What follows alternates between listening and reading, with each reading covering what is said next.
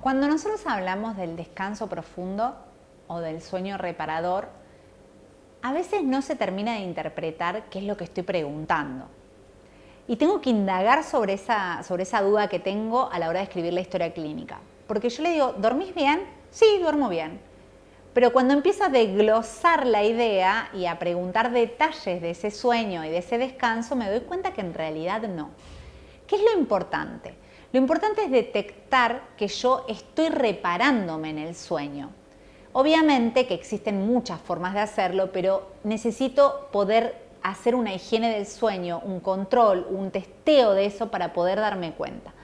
Una de las cosas que más nos está afectando hoy es el uso de los dispositivos. Eso ya lo sabemos y es necesario que realmente tomemos conciencia. A mí todavía me cuesta a veces dejar el celular fuera de la habitación. Ya tomé la decisión de no poner todo lo que tenga que ver con televisión, televisores y demás, pero el celular es importante dejarlo fuera de la habitación. Una hora antes de irme a dormir debería dejarlo.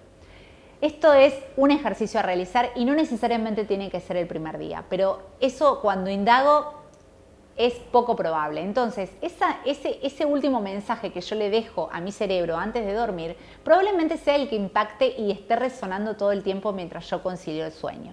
Entonces, dejar el dispositivo por fuera de la habitación es importante. Otro es la temperatura. Muchas veces hablamos entre 20 y 22 grados y que de esa manera podamos conservar la temperatura. A veces no sucede tan bien, pero es un dato a considerar.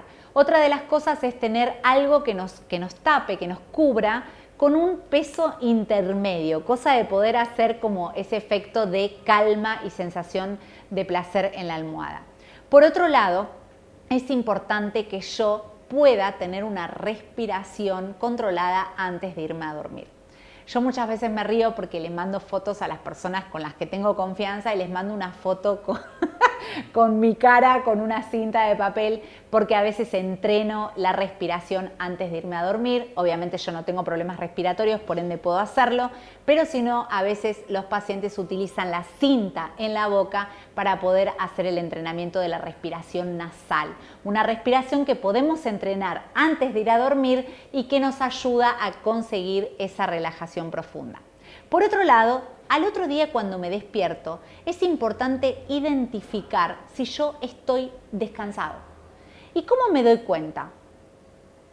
A veces se quedan pensando y me dicen, no sé cómo me doy cuenta. Yo siempre le digo, ¿reptás en la cama antes de salir? Ay, sí, doctora, eso me pasa, es como que no puedo salir de la cama. Bueno, ese es un signo de que no has descansado de manera profunda y seguís todavía con la sensación de querer quedarte durmiendo. Entonces, si uno se levanta con energía y ya se despierta rápidamente, es porque probablemente haya conseguido un sueño profundo. Por otro lado, es importante la energía del día.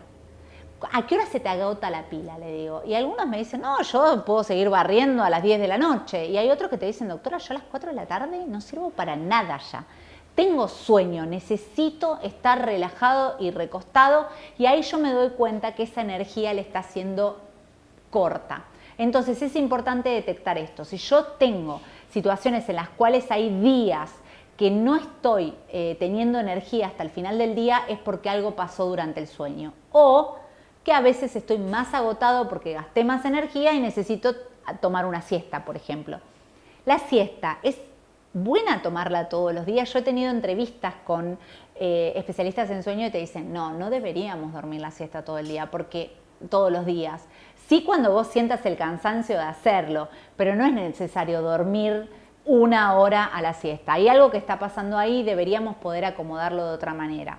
Entonces, sí, a veces sucede que yo tengo la sensación de que necesito relajarme y puedo tomarme unos 10 minutos, cerrar los ojos, respirar profundo y poder conciliar el sueño para renovar pila. Como las preocupaciones nos abundan las preocupaciones, pueden ser sociales, económicas, familiares, lo que fuere, también es importante ayudar al paciente en estas situaciones hasta que logre esa higiene del sueño. Y muchas veces utilizo las hierbas.